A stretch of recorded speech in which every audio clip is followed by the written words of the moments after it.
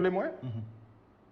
man fu ma gis dëgg bi dama koy wax. d'accord alors est-ce que affaire Ousmane Sonko Adji Sarr ba lu toll ci 14 personnes di fukk ñeent ñàkk seen bakkan jàpp nga tamit loolu dafa jouer un peu ci li ñuy gis aujourd'hui ci comportement yi ci Sénégal ci yu bëri yoo xam ne war na mën a ñàkk tey ci réew mi. bon j'ai toujours dit que une affaire privée c'est très difficile d'en parler et je me souviens une fois j'avais intervenu dans cette affaire-là pour dire que des deux camps personne kenn waru ci am tiitaange pour dem ci procès xam nga lu tax dama ko waxaat sànq bi may wax ne que kenn mënatul jalgati élection fii on a une justice boo xam ne te gis nga cette affaire-là est tellement braquée te tellement médiatisée que ñépp a ngi koy xool et bi ma koy wax xaw ma woon sax ne kay RFI keneen dina ci jot ba ay Washington Post di ci jot gis nga tey lu ci nit bëgg a luubal je ne pense pas parce que liñ ma wax Macky Sall de su ko yëgee xëy na bi affaire yi tolloo ci benn niveau la ko yëg kan moo war a mën a tey utiliser cette affaire-là uniquement pour régler des problèmes politiques je ne pense pas parce que aussi loolu sa gis-gis la monsieur le ministre. mais dama la wax ne l'opposition bi moom lañ ci wax dafa leer nañ xam nga amuñu confiance ci justice parce que gis nañu nu muy doxee par rapport ak opposants yi xam nga nul ne peut se xam nga dama la wax léegi man la nul ne peut se prévaloir de ses propres trucs affaire du privé la ñaari adulte ñoo ko la dal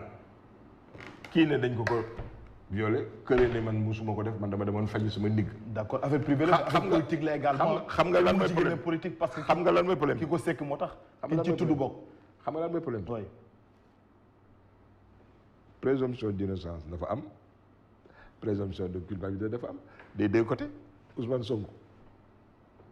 nee na man defuma waaw donc il doit pas avoir tout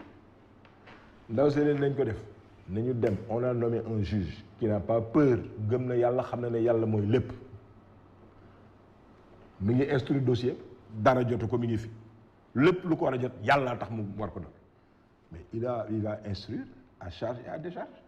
yóbbu fi mu war a yóbbu affaire bi ay jugé ko luñ ci mën a def ñu xam ko kon kooku waruñu ci am problème ci loolu moi je suis très mal placé pour le dire mais mënuloo toog aussi wax naa la sànq nit na ba se prévaloir de ses propres turpitudes ñu nekk ci pandémie nga toog sa minuit 1h du matin nga dem maasé wu ji loolu fa la yaa ko teg sa bopp parce que yóbbu amul benn thème léegi nag entre loolu nga xam ne dañ ko condamné parce que baaxul ak aussi nag léegi leneen luy dal Ousmane Sonko loolu yàlla ko xam. mais jàpp nga ne tey loolu war na mën a leer ba ñu war a leeral exactement 14 personnes yi ci faatu ñan wala kan. c'est grave mënuma comprendre que ba léegi. parce que dafa jël temps trop. non mënuma comprendre ba léegi. pourquoi ba léegi y a pas eu une célérité pour que ñu dox affaire bi. xam ñan ñoo ci nekkoon traquer leen jàppaleen. et pourtant le ministre de la justice waxoon na ko def na conférence de presse. waxu mais ñëpp gis nañu man comme yow. comprendre ma lii peut-être xaw a dal sama xel. je le dis xëy na ni mu yegsee woon. ils sont en train de parce que loolu bett mën la te nag je pense que c'était du temps de Aly Ngouille Ndiaye qu'on a vraiment marqué avec les caméras et autres etc. Un État le calendrier d'une justice n'est pas forcément le calendrier des politiques. Je pense qu'ils sont en train d'instruire ñu ngi xool. mais dama jël temps quand même. non ça. ah oui même man en tant que citoyen ça me choque. temps justice du temps où peut-être. man en tant que citoyen ça me choque parce que mënuma comprendre effectivement qu'il y ait autant de temps. Si les gens ont des preuves il faut qu'on les sorte. Mais je comprends aussi que on a une certaine opposition boo xam ne chaque fois que ça ne l'arrange pas avec la complicité d'une certaine presse mu taxaw dégg nga bërka démb Sall comment il s'appelle encore le Thiessois là ki nekkoon la République des valeurs Thierno Alassane Sall bërka démb gis nga ni ko une certaine presse attaquée il a donné son sentiment et son point de vue il est vertueux mais yaa ngi dégg gars yi di wax ne wooy dafa dem c'est un Macky Sall bis c'est pas vrai mais Thierno Alassane Sall amul privilège bu mu amul woon ci réew mi te daf ko fa teg ne ñukk ci li mu gëm mu nekk ci ànduma ak moom mais da nga ko koy reconnaître des gens pareils on en a le juge dem keneen ak keneen ñoo xam pourquoi ñu dugg ci mais man avec cette nouvelle vague là je préfère cette jeunesse là qui est plus posée, qui a plus d'ambition, qui a plus de vision qu'une certaine jeunesse aujourd'hui. parce que ñooñu nga jàpp ne peut-être lakkaluñu certainement état bu Sénégal. wala Macky Sall terewuñ ko ne la par rapport ak peut-être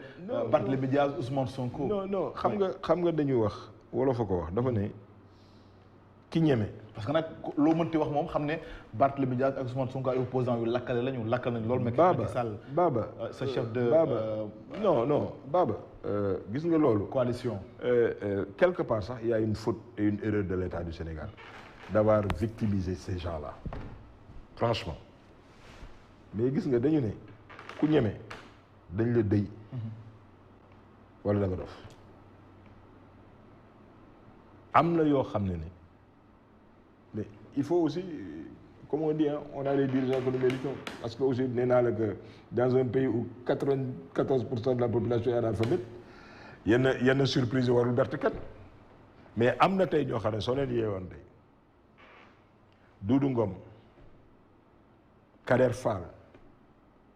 mais ce pays a eu des gens de valeur ñi ci des Mokhtar Mbow Amadou Karim Gueye mais le vieux où sa fille est en train de faire une agence immobilière Thierno Ba mais c'était des gauchisants yoo xam ne mais kenn mosu leen mais mosuñu bëxët mais dafa amoon lu ñu gëmoon parce que c'était l'intérêt supérieur aujourd'hui du pays avant ñoom moo leen permettre ñu def mais tey soo demee Idrissa Seck mbur ak soow et puis c'est chargé mais qu'est-ce qu'il avait fondamentalement à gagner en étant avec Macky Sall mais tout le monde l'a entendu hier ou avant-hier dire que mais moom mënul comprendre ci situation bi mu nekk il a privilégié les intérêts du Sénégal à son ego c'est un point de vue qu'il faut respecter. Pourquoi, nom de Dieu, on doit voir ci démarche boobu un pyromane wala dafa vendre son âme parce qu'il a ceci là non et c'est une certaine presse qui téléguide ça parce que